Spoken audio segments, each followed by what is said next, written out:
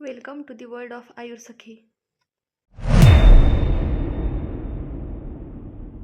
तर आज आपण सिंहनाथ गुगुळ या कल्पाच्या घटकद्रव्यांची ट्रिक पाहूयात. ए गंगोत्री सून. आता याच्यामध्ये तुम्हाला वर्ड्स दिसत आहेत त्यानुसार पुढचे शब्द आहेत.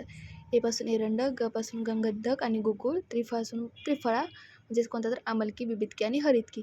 हे जर थोडंसं डिफिकल्ट वाटत असलं तर ए गंगू त्रिफळा खा, म्हणजे गंगू नावाच्या माणसाला मुलीला कोणीतरी म्हणते की तू त्रिफळा खाऊन घे, म्हणजेच काय तर एरंड तेल, गंधक, गुगुळ, त्रिफळा म्हणजेच काय तर आमलकी, बिबितकी आणि हरितकी.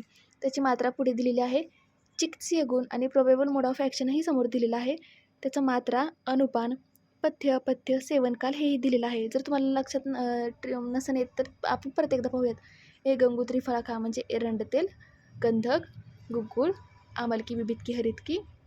क्वाथर्थ जल दिलेला आहे 576 ml. इथं 48 ग्रॅम दिलेलं आहे. आमलकी, बिबितकी, हरितकीचं प्रमाण, गंधक आणि गुगुळ पण 48 ग्रॅम दिलेलं आहे. आणि एरंड तेलचं प्रमाण दिलेलं आहे 192 ml.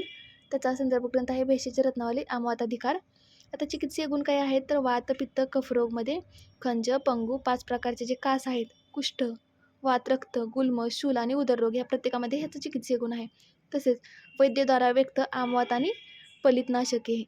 त्यानंतर प्रोबेबल मोड ऑफ ॲक्शन काय आहे, वातप्रधान रोगनाशक आहे, त्रिदोषनाशक आहे, दीपन, कुष्ठ, कास, श्वास ह्यांचा पण नाश करणार आहे, म्हणजे यांच्यावरती कार्य करतं. त्यानंतर त्रिफळा, रसायन गुणे आणि पालित रोगात त्याचं कार्य आहे. तर त्याची मात्रा किती दिलेली आहे तर 3 ग्रॅम मात्रा दिलेली आहे. अनुपान काय आहे तर कोषनजल.